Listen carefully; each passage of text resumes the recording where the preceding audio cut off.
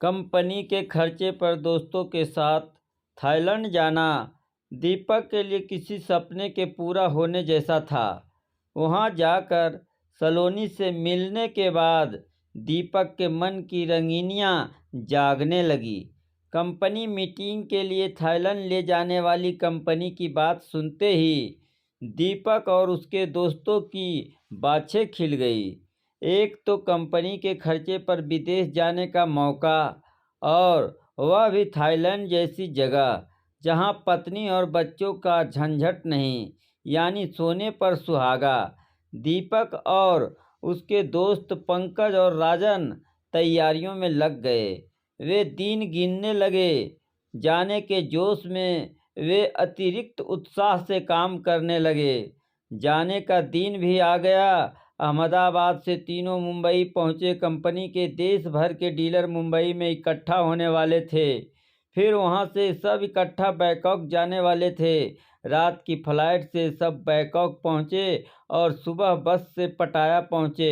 Hotel पहुंचकर सब अपने अपने कमरों में जाकर आराम करने लगे।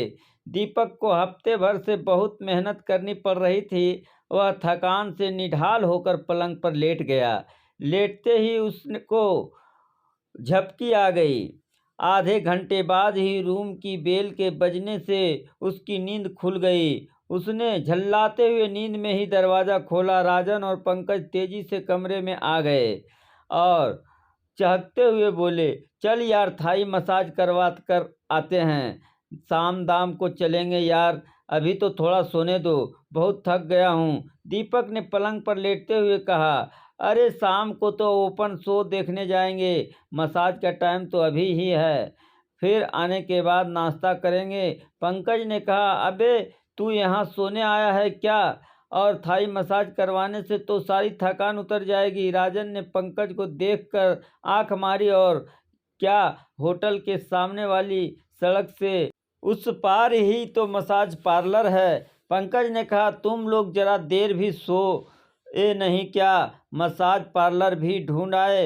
गजब हो यारो तुम भी। दीपक आश्चर्य से उठ बैठा। सोने के लिए तो उम्र पड़ी है, यहाँ 4 दिन तो ऐश कर ले। चल चल उठ जा और चिंता मत कर, हम भाभी को कुछ नहीं बताएंगे। राजन ने दीपक से चुटकी ली। दीपक झेप गया। चलो चलते हैं कहकर उठ गया। तीनों होटल से बाहर निकले और रोड क्रॉस कर ली। सामने ही रोज मसाज पार्लर था।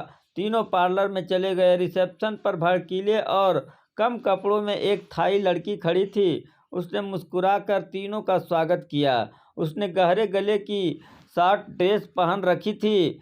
उसके आधे उभार ड्रेस से बाहर दिखाई दे रहे थे। उसे देखते ही पंकज और राजन की बाछें खिल गई। मीठी मीठी बातें करके उस लड़की ने तीनों का मन जीत लिया। थाई मसाज के उस लड़की ने तीनों से कुल 2400 भाट रखवा लिए। भाट थाईलैंड की करेंसी है। पंकज राजन ने तो खुशी से पैसे दे दिए, लेकिन दीपक को 800 भाट देते हुए थोड़ा बुरा लगा। इतना पैसा सिर्फ मसाज करवाने के लिए? इससे तो दोनों बच्चों के लिए या पत्नी राधा के लिए अच्छी ड्रेसेज आ जाती। थोड़ा भारी मन लिए हुए वह मसाज केबिन की ओर बढ़ा। उसके दोनों दोस्त पहले ही खुशी से फड़कते हुए केबिनों में जा चुके थे। दीपक ने भी एक केबिन का दरवाज़ा खोला और धड़कते हुए दिल से अंदर दाखिल हुआ। केबिन में बड़ा रहस्यमय और सपनीला सा माहौल था। पीली नारंगी मध्यम रोशनी, एक तरफ लाल रंग की सुगंधित मोमबत्तियां जल रही थी। खुशबू और रोशनी का बड़ा दिलकश कॉम्बिनेशन था। मसाज बेड के पास एक 25-26 साल की खूबसूरत युवती खड़ी थी। वह चटक लाल रंग की शर्ट बिना बाहों की ड्रेस पहने खड़ी थी। लाल रंग में उसका गोरा रंग गजब का खिला हुआ दिख रहा था। टाइट ड्रेस में से उसके सीने के उभार स्पष्ट दिख रहे थे। दीपक क्षण भर को अपनी सूध बुध खोकर लोलुप दृष्टि से उसे देखता रह गया।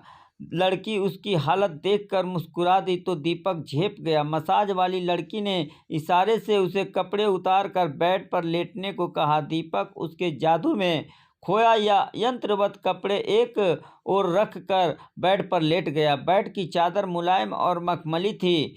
इतनी नर्म चादर दीपक ने अपने जीवन में पहली बार देखी थी। कमरे में दीपक को ऐसा लग रहा था कि वह किसी तिलिस्मी दुनिया में आ गया है। वह एक अनोखी रूमानी दुनिया में पहुंच गया। तभी लड़की ने एक सुगंधित तेल उसकी पीठ पर लगाकर मसाज करना शुरू कर दिया। लड़की के मादक स्पर्श से वह मदमस्त होकर एक मादक खुमारी में खो गया। उस पर एक हल्का सा नशा छाता जा रहा था। बंद कमरे में एक जवान लड़की के साथ एक रोमांटिक माहौल में मसाज करवाने का यह उसका पहला अनुभव था। 800 भाट खर्च होने का अफसोस जाता रहा। मसाज करीब 1 घंटे तक चला। थोड़ा नशा हल्का होने पर जान पहचान बढ़ाने के मकसद से दीपक ने उस लड़की से बातचीत करनी शुरू कर दी। वह लड़की थोड़ी बहुत अंग्रेजी बोल पा रही थी। दीपक ने उससे उसका नाम पूछा तो उसने सलोनी बताया। दीपक ने उसकी शिक्षा और घर परिवार के बारे में बात की। वह 25 वर्ष की ग्रेजुएट लड़की थी। उसका घर पटाया से दूर एक गांव में था। माता पिता बूढ़े थे। वह घर चलाने के लिए पटाया में यह काम कर रही थी। ना जाने उसके चेहरे और स्वर में ऐसी क्या पीड़ा थी। एक दर्द सा झलक रहा था कि दीपक का दिल पिघल गया। यो भी वह कच्चे मन का भावुक इंसान था। किसी का दर्द उससे देखा नहीं जाता था। खास तौर पर लड़कियों का मसाज का वक्त खत्म हो गया था। दीपक केबिन से निकलने के लिए कपड़े पहनने लगा। सलोनी का चेहरा उदास सा देखा, आंखें भरी हुई थी। पता नहीं क्यों आपसे मिलना बहुत अच्छा लगा। आप और लोगों से बहुत अलग हैं। मैंने सुना था कि भारतीय लोग चरित्र और मन से बहुत सच्चे और अच्छे होते हैं। आज आपके रूप में देख भी लिया। दीपक अपनी तारीफ सुनकर खुश हो गया। अब आपसे फिर मुलाकात कब होगी? आप पटाया में कब तक हैं? सलोनी ने आतुर स्वर में अभी तो मैं 3 दिनों तक यहीं हूँ। आज मीटिंग के बाद शाम को फ्री हूँ, दीपक ने बताया। सलोनी की आंखों में चमक आ गई। तो आज शाम को मिल सकते हो क्या? उसने आग्रह भरे स्वर में पूछा। हाँ ठीक है, शाम को 6 बजे मिलता हूँ, दीपक ने कहा। तो सलोनी खुश हो गई। उसने दीपक का मोबाइल नंबर ले लिया और अपना उसे दे दिया। सलोनी से विदा होकर दीपक बाहर आ गया। राजन और पंकज पहले से ही बाहर उसकी राह देख रहे थे। उसे देखते ही दोनों आपस में रहस्यमय ढंग से एक दूसरे को देखकर मुस्कुरा रहे थे। क्यों बे, तू तो आने को तैयार नहीं था और अब सबसे ज्यादा देर अंदर तू ही बैठा रहा। राजन ने उसकी चुटकी ली। क्या कर रहा था अंदर, मालिश या और कुछ? पंकज ने आंख दबाते हुए दीपक की चुटकी ली। दीपक झेप गया। अरे यार, तुम लोग जैसा समझ रहे हो वैसा कुछ नहीं है। हाँ बेटा, हम सब समझते हैं कि कैसा है। दोनों ने उसे चिढ़ाया। तीनों वापस होटल आ गए। नहा धोकर सब ब्रेकफास्ट करने पहुंचे। फिर 11 बजे से मीटिंग शुरू हो गई। 2 बजे लंच के बाद फिर से मीटिंग हुई। 4:30 बजे मीटिंग खत्म होने पर दीपक अपने कमरे में आकर बिस्तर पर औंधा पड़ गया। उसे कसकर नींद आ रही थी। अभी वह थोड़ी ही देर सोया होगा कि उसका मोबाइल बजने लगा। फोन सलोनी का था। क्या हुआ, आप सो रहे थे क्या? माफ़ कीजिएगा, मैंने आपकी नींद में खलल डाल दिया। सलोनी क्षमा याचना करते हुए बोली। अरे कोई बात नहीं, मैं बस उठ ही रहा था। कहो, दीपक ने कोमल स्वर में कहा। कुछ नहीं, मेरी ड्यूटी खत्म हो गई है। आपकी याद आई तो सोचा फ़ोन कर लूं। दीपक के कोमल स्वर से उत्साहित होकर सलोनी ने बात करनी शुरू की। दोनों इधर उधर की बातें करने लगे। बातों बातों में सलोनी ने दीपक से मिलने की और कुछ वक्त उसके साथ बिताने की इच्छा जाहिर की। कुछ देर सोचने के बाद दीपक ने 15 मिनट बाद मसाज पार्लर के बाहर मिलने का वादा किया। 15 मिनट बाद नए कपड़े पहनकर और ढेर सारा डियो लगाकर दीपक सबकी नज़रें बचाते हुए होटल से बाहर निकला। वह नहीं चाहता था कि उसके साथ आए लोगों में से कोई उसे देख ले और टोके। खास तौर पर राजन और पंकज सलोनी पार्लर के बाहर ही खड़ी थी। दीपक को देखते ही उसका चेहरा खिल गया। दोनों पास के एक रेस्टोरेंट में जाकर बैठ गए। सलोनी ने दीपक के परिवार के बारे में पूछना शुरू किया। मेरे घर में पत्नी और 2 बेटे हैं। क्या करते हैं? आपके बेटे कौन सी क्लास में हैं? सलोनी के स्वर में उत्सुकता थी। बड़ा बेटा इंजीनियरिंग के अंतिम वर्ष में है और छोटा बेटा प्रथम वर्ष में। दीपक ने बताया, अरे आप तो बहुत यंग दिखते हैं। आपको देखकर लगता ही नहीं है कि आपके इतने बड़े बच्चे हैं। सलोनी आश्चर्य से बोली, काफ़ी मेंटेन करके रखा है आपने अपने आप को। Thank you so much. Deepak का चेहरा खुशी से लाल हो गया। यह पहली बार हुआ था कि किसी लड़की ने उसकी तारीफ की थी। दीपक ने सलोनी की इच्छा अनुसार 2 कोल्ड ड्रिंक और 2 बर्गर का ऑर्डर दे दिया। फिर वह सलोनी से परिवार के बारे में बातें करने लगा। तुम यहीं पटाया में रहती हो? नहीं, मैं बैंकॉक के पास एक बहुत छोटे से शहर में रहती हूँ, सलोनी ने बताया। फिर तुम यहाँ पटाया में कैसे आ गई? दीपक ने उत्सुकता से पूछा। तुम्हारे घर में कौन कौन है? मेरे घर में बूढ़े माता पिता और 2 बड़े भाई हैं। यहाँ पटाया में मैं अपना और माता पिता का भरण पोषण करने के लिए आई हूँ, सलोनी ने खिड़की से बाहर देखते हुए बताया। जब तुम्हारे 2 बड़े भाई भी हैं तो तुम्हें यहाँ इतनी दूर आने की क्या जरूरत थी? दीपक ने आश्चर्य से पूछा। एक गहरी सांस लेकर सलोनी ने विस्तार से बताना प्रारंभ किया। मेरे दोनों बड़े भाई शादी करके माता पिता से अलग हो गए हैं। वे घर में एक पैसा भी नहीं देते, यहाँ तक कि घर में आते भी नहीं हैं। मेरे पिता और माँ दोनों जिंदगी भर दूसरों के खेतों में मजदूरी करके अपना घर चलाते रहे। भाइयों की पढ़ाई और शादी में उनकी सारी जमा पूंजी खत्म हो गई। अब हमारे पास खाना खाने के भी लाले पड़ गए। पिता अब काफ़ी बूढ़े हो गए हैं और अधिक मजदूरी नहीं कर सकते। तो तुमने वही कोई नौकरी क्यों नहीं कर ली? दीपक ने सवाल किया। पैसों की कमी के कारण पिताजी मुझे ज़्यादा पढ़ा नहीं पाए। वहाँ ऐसी कोई नौकरी नहीं मिली जिससे गुजारे लायक कमा पाऊँ। इसलिए माँ ने 6 महीने पहले मुझे यहाँ पटाया भेज दिया ताकि मसाज का काम सीख कर पैसा कमा सकूँ। वे तो मुझसे बुरा काम करने पर भी जोर दे रही हैं क्योंकि उसमें पैसा बहुत मिलता है। पटाया में हजारों लड़कियों इसी काम में लगी हैं और सैलानियों से अच्छा खासा पैसा ऐंठती है, सलोनी ने तीखे स्वर में कहा। फिर तुम अब तक? दीपक ने उसके चेहरे पर एक भेद भरी नज़र डालते हुए पूछा। नहीं, मैं अभी तक वर्जिन कुमारी हूँ, सलोनी ने तपाक से उत्तर दिया। मैं किसी भी कीमत पर रेड जोन में नहीं जाना चाहती, चाहे मर ही क्यों न जाऊँ। मैं इज्जत की ज़िंदगी गुजारना चाहती हूँ, लेकिन यहाँ पार्लरों में जिस तरह के लोग आते हैं, तुम कब तक अपने आप को बचा कर रख पाओगी? दीपक ने पूछा। हाँ, कभी कभी बहुत परेशानी में पड़ जाती हूँ, बहुत डर लगता है, पर अब तक बची हुई हूँ। इसलिए जल्द से जल्द यहाँ से वापस जाना चाहती हूँ क्योंकि आप जैसे शरीफ और सच्चे लोग हर रोज़ नहीं मिलते। सलोनी ने एक बार फिर से दीपक की तारीफ की तो वह और अधिक खिल उठा। पर तुम वापस जाकर करोगी क्या? दीपक ने सवाल किया। मैं एक गिफ्ट शॉप खोलना चाहती हूँ।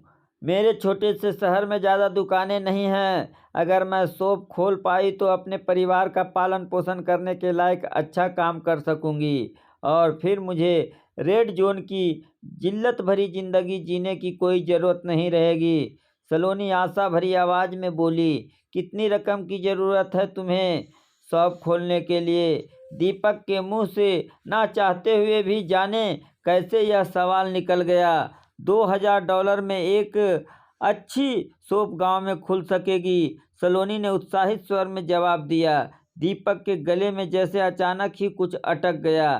सलोनी उसकी मनोदशा समझकर गंभीर मगर रुआब से स्वर में बोली, मैं जानती हूँ यह बहुत बड़ी रकम है और आज के युग में इतना बड़ा दिल किसी का नहीं होता है कि बिना लड़की का इस्तेमाल करके उसे एक तिनका भी दे दे। आजकल तो सब मर्द शरीर के लोलुप होते है। लड़की का जी भर कर इस्तेमाल किया और फिर उसके हाथ में चंद नोट पकड़ा दिए। बिना स्वार्थ पूर्ति के, महज इंसानियत के नाते लड़की की मदद करने वाले बड़े दिल के, स्वार्थ रहित सच्चे मर्द आजकल बचे ही कहाँ हैं।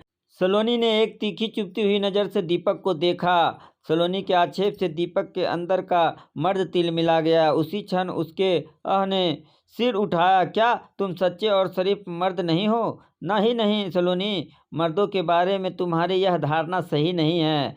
सारे मर्द ऐसे शरीर लोलुप नहीं होते। दीपक ने हड़बड़ाकर उत्तर दिया। अरे जाने दीजिए दीपक जी, मेरा तो रात दिन मर्दों से ही वास्ता पड़ता रहता है। मैं अच्छे से समझ चुकी हूँ मर्दों की फितरत और नीयत को। सलोनी कड़वे स्वर में बोली। नहीं सलोनी, तुम्हें मर्दों के बारे में गलत धारणा बनाकर नहीं रखनी चाहिए। सारे मर्द एक जैसे नहीं होते। दीपक गंभीर स्वर में बोला।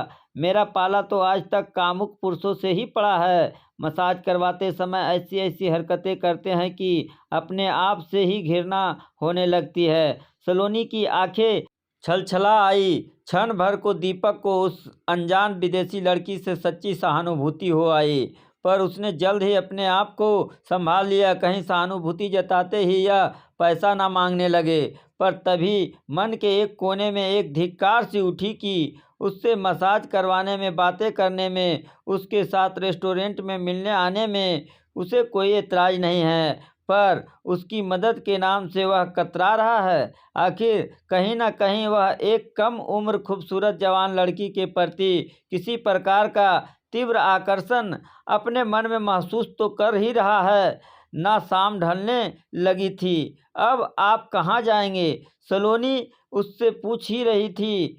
मैं सोच रहा हूँ कि आज फ्री हूँ तो पत्नी और बेटों के लिए कुछ शॉपिंग कर लूँ। दीपक ने कहा। यहाँ आसपास कोई मॉल है क्या? मॉल में तो आपको सब कुछ बहुत महंगा मिलेगा। यहाँ से पास में ही एक लोकल मार्केट है, वहाँ क्वालिटी भी अच्छी मिलेगी और कीमतें भी मॉल की अपेक्षा काफ़ी कम है। यदि आप चाहे तो मैं आपको वहाँ ले जा सकती हूँ। शाम को मैं फ्री हूँ। सलोनी ने वह प्रस्ताव रखा। हाँ हाँ, क्यों नहीं, चलो चलते हैं। अच्छा है, मुझे एक खूबसूरत और अनुभवी गाइड मिल जाएगी। अब की बार सलोनी का मन हल्का करने के लिए दीपक ने उसकी तारीफ कर दी। सलोनी का चेहरा खिल गया। दोनों मार्केट की ओर निकल गए। मार्केट जाने वाली स्ट्रीट पर चारों ओर का वातावरण बड़ा ही उन्मुक्त था। हर और लड़के लड़कियां, औरत आदमी से बेखबर अपने ही रंग में झूमते हुए घूम रहे थे। दीपक ने अपने जीवन में छोटे छोटे कपड़ों में एक दूसरे की कमर में हाथ डाले मस्ती में चूर दिन दुनिया पहली बार ऐसी उन्मुक्तता देखी थी। उसका दिल यह सब रंगीनियां देखकर फड़कने लगा। सलोनी उसके दिल की हालत समझ गई। उसने दीपक की कमर में हाथ डाला और उसका हाथ अपने कंधे पर रख लिया और हंस पड़ी। फिर वह भी दीपक के साथ मस्त होकर घूमने लगी। सलोनी के स्पर्श से दीपक का रोम रोम सुलगने लगा, पर उसने अपने आप पर नियंत्रण रखा। हाँ, उस पर एक मीठी रुमानियत छाने लगी थी। एक लड़की के साथ इस तरह से घूमने का उसका पहला अनुभव था। सलोनी ने सही कहा था। यहाँ पर सुंदर विदेशी वस्तुओं की भरमार थी और काफ़ी सस्ती भी थी। दीपक ने पत्नी और बच्चों के लिए ढेर सारी शॉपिंग कर ली। सलोनी की आंखों में भी कुछ वस्तुओं को देखकर चमक उभर आई थी, जिसे दीपक ने भाप लिया। उसने सलोनी को भी वे चीज़ें खरीद दी जिन्हें सलोनी ने बड़े उत्साह और खुशी से स्वीकार कर लिया। उस रात दीपक ने एक रेस्टोरेंट में सलोनी के साथ कैंडलाइट डिनर किया। देर रात वह अपने होटल में वापस आया। तब तक सब सो चुके थे। उसने राहत की सांस ली, वरना राजन और पंकज व्यर्थ ही प्रश्नों की झड़ी लगा देते। पलंग पर लेटकर भी दीपक की आंखों में नींद नहीं थी। बचपन से ही वह बॉयज स्कूल और कॉलेज में पढ़ा था, इसलिए कभी लड़कियों से उसका संपर्क और दोस्ती नहीं रही। पढ़ाई के बाद नौकरी और फिर घर की जिम्मेदारियों के चलते माता पिता की मर्जी की लड़की से शादी यही घिसी पिटी कहानी रही उसके जीवन की। विवाह के बाद की जिंदगी भी बहुत ही आम और साधारण रही। उसकी कोई नयापन नहीं, कोई रोमांच नहीं। बच्चों और सास ससुर व घर की देखभाल में लीन एक आदर्श भारतीय नारी उसकी पत्नी, माँ और बहू के रूप में आदर्श भारतीय नारी थी। लेकिन वह दीपक के स्वभाव के अनुकूल नहीं थी। दीपक मस्त मौला खिलंदड़ स्वभाव का था। वह चाहता था कि राधा भी उसके साथ दोस्तों की महफिलों में जाए, हंसी मस्ती करे, पार्टियां मनाए, कैंड लाइट डिनर करे, परंतु राधा को यह सब पसंद नहीं था। उसके पीछे हर समय घर या बच्चों का कोई ना कोई काम लगा ही रहता था और दीपक मन मसोस कर रह जाता। दीपक के दोस्त लड़कियों के साथ अपनी दोस्ती और मौज मस्ती के किस्से सुनाते तो दीपक का दिल भी बल्लियों उछलने लगता था। पर क्या करे, उसके तो ऑफिस के उस विभाग में जहां वह काम करता था एक भी लड़की नहीं थी। मगर अब सलोनी से मिलने के बाद दीपक के मन की रंगीनियां जागने लगी थी। आज का कैंड लाइट डिनर उसके दिल को छू गया था। पैसे को हमेशा किफ़ायत और संभाल कर खर्च करने वाला दीपक अब दिल खोल कर पैसा खर्च कर रहा था, ताकि दिल की वर्षों से अधूरी पड़ी तमन्नाएं पूरी हो जाए। सुबह दीपक की आंख जल्दी खुल गई। वह देर तक सलोनी के बारे में सोचता हुआ पलंग पर पड़ा रहा। 8 बजे राजन और पंकज फिर से आ धमके मसाज के लिए। आज दीपक सहर्ष तैयार हो गया। तीनों फिर पहुंचे पार्लर। सलोनी व्यग्रता से दीपक की राह देख रही थी। वह लपक कर उसके पास आई और हाथ पकड़कर उसे केबिन में ले गई। आज मसाज के समय दीपक के मन में इच्छाओं के सर्प फन उठा रहे थे। नसों की लहू बार बार आवेश से तेज हो रहा था। पर सलोनी मसाज करते हुए पूरे समय दीपक के सच्चरित्र और सभ्यता संस्कारों के गुण गाती रही। इसलिए वह कुछ बोल नहीं पाया। अपने मन को जबरदस्ती काबू में करके रखा। आज उन लोगों को शहर से बाहर समुद्र के किनारे पैरा सीलिंग के लिए जाना था। ब्रेकफास्ट करके वे लोग निकल जाएंगे और देर शाम को वापस आएंगे। सुनते ही सलोनी का चेहरा उतर गया तो दीपक ने उसे आश्वासन दिया कि वह डिनर उसी के साथ करेगा। दिन भर के कार्यकलापों में दीपक बहुत थक चुका था। वह पलंग पर पड़े रहना चाहता था, लेकिन सलोनी से मिलने का लोभ संवरण नहीं कर पा रहा था। गर्मा गर्म पानी से नहाकर वह तैयार होकर नियत समय पर नियत स्थान पर पहुंच गया। सलोनी वहां पहले से ही प्रतीक्षारत खड़ी थी। आज उसे देखते ही भावातिरेक में सलोनी ने उसे गले से लगा लिया। दीपक फड़क उठा। उसकी सारी थकान दूर हो गई। देर तक वे पटाया की रंगीन चकाचौंध और मस्ती से भरी हुई सड़कों पर घूमते रहे। फिर एक रेस्टोरेंट में आकर बैठ गए। वहाँ का माहौल मदहोश कर देने वाला था। डांस फ्लोर पर जोड़े एक दूसरे की बाहों में खोए हुए झूम रहे थे। सलोनी ने दीपक से डांस का प्रस्ताव रखा। उसे तो मुंहमांगी मुराद मिल गई। वह झट से उठ बैठा। सलोनी के जवान और मस्ती में चूर शरीर के सानिध्य में दीपक अपनी सूध-बूध खो बैठा। वह इस नए अनुभव में पूरी तरह मदहोश हो गया। सलोनी का नशा उस पर पूरी तरह चढ़ चुका था। वह उसके जादू में गिरफ्तार हो गया। डिनर करते समय सलोनी ने आंखों में आंसू भरकर फिर अपनी व्यथा सुनाई कि माता पिता की वृद्धावस्था और दवाइयों के बढ़ते खर्च के दबाव के चलते उसकी मां ने कल फिर से उसे रेड जोन में जाने का आग्रह किया। कल उसकी मां ने उसे बहुत कुछ उल्टा सीधा सुनाया कि उसे उनकी जरा सी भी चिंता नहीं है। वह तो बस अपने आप में ही मस्त हैं। मैं उस गंदे धंधे में नहीं पड़ना चाहती दीपक, पर माँ लगातार मुद्दा पर दबाव बनाती जा रही है। हर दूसरे दिन मुझे बुरा भला कहती रहती है। मैं क्या करूं? इससे तो अच्छा है मैं आत्महत्या कर लूं। सलोनी सुबकते हुए बोली। नहीं नहीं सलोनी। उसके हाथ पर सहानुभूति से अपना हाथ रखते हुए दीपक ने उसे सांत्वना दी। ऐसे निराश नहीं होते। मैं जाने के पहले ऐसा इंतजाम कर जाऊंगा कि तुम्हें इस कीचड़ में ना धंसना पड़े। ओह दीपक, सच में मैंने अपने जीवन में तुम्हारे जैसा सच्चे और भले हृदय का आदमी नहीं देखा। भावनाओं के अतिरेक में सलोनी ने दीपक का हाथ अपने दोनों हाथों से पकड़कर चूम लिया।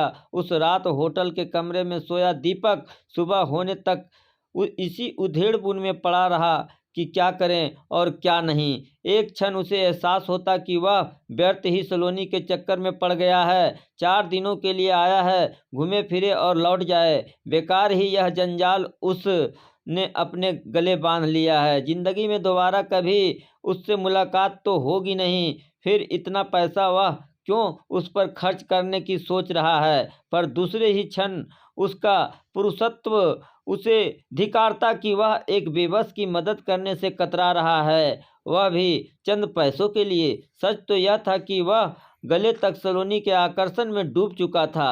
उसमें पता नहीं ऐसा क्या था कि वह अपने आप को सलोनी से तटस्थ नहीं रख पा रहा था। आखिर में उसने यही तय किया कि वह सलोनी की मदद अवश्य करेगा।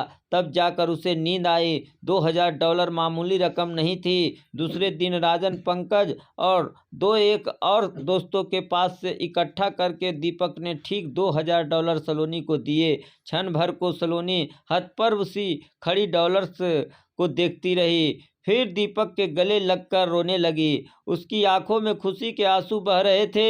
उसका स्पर्श पाकर दीपक के दिल में तरंगे उठने लगी। मन में यह लालसा होने लगी कि काश अब तो सलोनी खुश होकर बस एक बार समर्पण कर दे। पर ऊपर से मर्यादावश वह कुछ बोल नहीं सका। अफसोस सलोनी ने भी ऐसी कोई इच्छा नहीं जताई। वह शाम भी उसने सलोनी के साथ बिताई। पूरे समय सलोनी उसका आभार प्रकट करती रही। उसने दीपक को कसम खिलाई कि वह भारत वापस जाकर उसे भूलेगा नहीं और हमेशा उसे फ़ोन करेगा।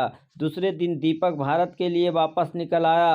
सलोनी ने आंखों में आंसू भरकर उसे भावभीनी विदाई दी। उसने वादा किया कि वह जल्द से जल्द उसे पैसे वापस करेगी। भारत वापस आने पर दीपक का हर रोज़ सलोनी से बात करने का सिलसिला जारी रहा। बातों से ही उसे पता चला कि सलोनी अपने घर लौट गई है और उसने शॉप खोल ली है। वह हर रोज़ अपने कार्य की प्रगति के बारे में उत्साह से उसे बताती, जैसे आज उसने क्या खरीदा, उसे शॉप में कैसे जमाया, लोग उसकी दुकान पर आने लगे हैं, उसे उसके पैसे जल्द से जल्द चुकाने हैं, इसलिए वह ज़्यादा से ज़्यादा मेहनत कर रही है। इधर दिन, हफ्ते, महीने बीत गए पर सलोनी ने दीपक का एक भी पैसा वापस नहीं किया। दीपक का तो राजन, पंकज और बाकी लोगों के पैसे वापस करने ही पड़े। दोनों अक्सर उसे कहते कि उसने धोखा खाया है, सलोनी ने उसे बेवकूफ़ बनाया है, पर दीपक का मन यह मानने को तैयार नहीं होता। लेकिन आजकल वह जब भी सलोनी से पैसे लौटाने की बात करता, वह टाल मटोल करने लगती, अपनी परेशानियां गिनाने लगती। फिर एक दिन अचानक सलोनी ने अपना फ़ोन बंद कर दिया। दीपक महीनों उसे फ़ोन लगाता रहा पर वह नंबर स्विच ऑफ ही आता। अब तो दीपक भी समझ गया कि उसने धोखा खाया। वह रात दिन सलोनी को गालियां देता और अपनी मूर्खता पर पछताता। ठगे जाने से वह बुरी तरह तिलमिला रहा था। उसे सबसे ज़्यादा जलन इस बात पर हो रही थी कि उसके दोस्त इससे बहुत कम पैसों में लड़कियों के साथ ऐश कर आए और वह इतना सारा पैसा खर्च करके भी सूखा रह गया। बेकार की भावनात्मक सहानुभूति में पड़कर अच्छा भला चूना लग गया। 2 साल बीत गए, सलोनी का अता पता नहीं था। दीपक भी उस कसक को जैसे तैसे करके भूल गया था। एक दिन मुंबई में उसका एक दोस्त उससे मिलने आया। दोनों ऑफिस में दीपक के केबिन में बैठकर बातें कर रहे थे। बातों ही बातों में उसके दोस्त अजय ने उसे बताया कि वह हाल ही में थाईलैंड के पटाया शहर गया था और उसके बाद अजय की कहानी सुनकर दीपक सन्न रह गया। उसे लगा कि जैसे अजय उसकी ही कहानी सुना रहा है। उसकी कहानी का प्रत्येक शब्द और घटना वही थी जो 2 साल पहले दीपक के साथ घटी थी। दीपक के घाव हरे हो गए। उसने अजय को अपनी आप बीती सुनाई। सुनकर अजय भी बुरी तरह चौंक गया। उसने तुरंत सलोनी को फ़ोन लगाया क्योंकि उसके पास उसका नया नंबर था ही। उसने स्पीकर ऑन करके सलोनी से बात की। सलोनी की आवाज़ सुनते ही दीपक उसे पहचान गया। उसने अजय को इशारे से बताया कि यह वही है। अब तो अजय भी बौखला गया और दीपक का तो गुस्से से बुरा हाल हो गया। उसके अंदर लावा उबलने लगा। वह सलोनी को अनाप शनाप बोलने लगा। पहले तो वह अचकचा गई, फिर दीपक को पहचान गई। दीपक उसे गालियां देने लगा तो सलोनी को भी गुस्सा आ गया। देखिए मिस्टर दीपक, जवान संभाल कर बात करिए, आपको कोई हक नहीं बनता मुझे बुरा भला बोलने का। सलोनी तीखे स्वर में बोली, धोखेबाज, एक तो धोखा देती हो, ऊपर से तेवर दिखाती हो, उल्टा चोर कोतवाल के डांटे। दीपक तिल मिलाकर बोला, धोखेबाज कौन है यह अपने आप से पूछो। सलोनी कड़वे स्वर में बोली, तुम मर्द लोग विदेश जाकर कम उम्र की लड़कियों के साथ रंगरलियां मनाने और ऐश करने के लिए सदा ललायित रहते हो। दूसरी लड़कियों के साथ गुलछर्रे उड़ाने को आतुर रहते हो। लड़कियों के साथ घूमने और एंजॉय करने, मौज मस्ती करते समय तुम्हें एक बार भी यह ख्याल नहीं आता कि तुम अपनी पत्नियों के साथ धोखा कर रहे हो। लड़कियां तुम्हें हंस कर देख ले, तुम्हारे साथ मौज मस्ती कर ले तो तुम्हें अपना जीवन सार्थक और धन्य नजर आने लगता है। बोलो, तुम्हारा अंतर्मन एक बार भी तुम्हें कचोटता नहीं है? फिर थोड़ा रुक कर, मैंने ना तुम्हारी जेब काटी, ना बंदूक दिखाकर तुम्हें लूटा है। पैसे तुमने अपनी मर्जी से मुझे दिए थे, लेकिन तुमने पैसे वापस करने को तो कहा था ना, उसका क्या? दीपक गुस्से से बोला, हाँ कहा था, नहीं कहती तो क्या एक गरीब और असहाय लड़की की सहायता बिना किसी लालच के करते तुम लोग? नहीं, कभी नहीं करते। धोखा असल में मैंने तुम्हें नहीं दिया, तुम्हारी गलत प्रवृत्ति ने तुम्हें दिया है। सच सच बताना, पैसा देने के बाद क्या तुम्हारे मन में मेरे साथ हम बिस्तर होने की तीव्र इच्छा नहीं हो रही थी? पैसे के एवज में क्या तुम लोग मेरा शरीर नहीं चाह रहे थे? वह तो मैं पूरे समय तुम्हें शराफत का वास्ता देती रही, इसलिए बच गई। और मैं तुम्हारी मर्यादा और चरित्र की झूठी तारीफें भी इसलिए करती रहती थी कि तुम लोग अपनी हद में रहो। सलोनी की बातों की सच्चाई ने मानो उन्हें नंगा कर दिया। दोनों एक दूसरे से नजरें चुराते हुए सिर नीचा करके बैठ रहे और सलोनी बोलती रही, सच कहूँ तो पुरुषों को उनकी प्रवृत्ति ही धोखा देती है। नया रोमांच, नया अनुभव पाने की इच्छा ही उन्हें डुबोती है। तुम लोग अपनी पत्नियों के प्रति वफादार होते नहीं और हमें गालियां देते हो। क्या बुरा करती हूँ जो तुम जैसे मर्दों से पैसा ऐंठ कर मैं आज तक अपनी इज्जत बचाती आई हूँ। आज के बाद मुझे कभी फ़ोन मत करना, क्योंकि यह नंबर मैं आज ही बंद कर दूंगी। अच्छा हुआ जो अजय को भी सच पता चल गया। Good bye. और सलोनी ने फ़ोन काट दिया। अजय और दीपक सन्न होकर चुप बैठे थे। सलोनी ने उन्हें आईना दिखा दिया था। चिड़िया खेत चुग गई थी। यह कहानी आपको कैसी लगी कमेंट के माध्यम से हमें ज़रूर बताएं, और ऐसे ही कहानी सुनने के लिए मेरे चैनल को लाइक और सब्सक्राइब ज़रूर करें।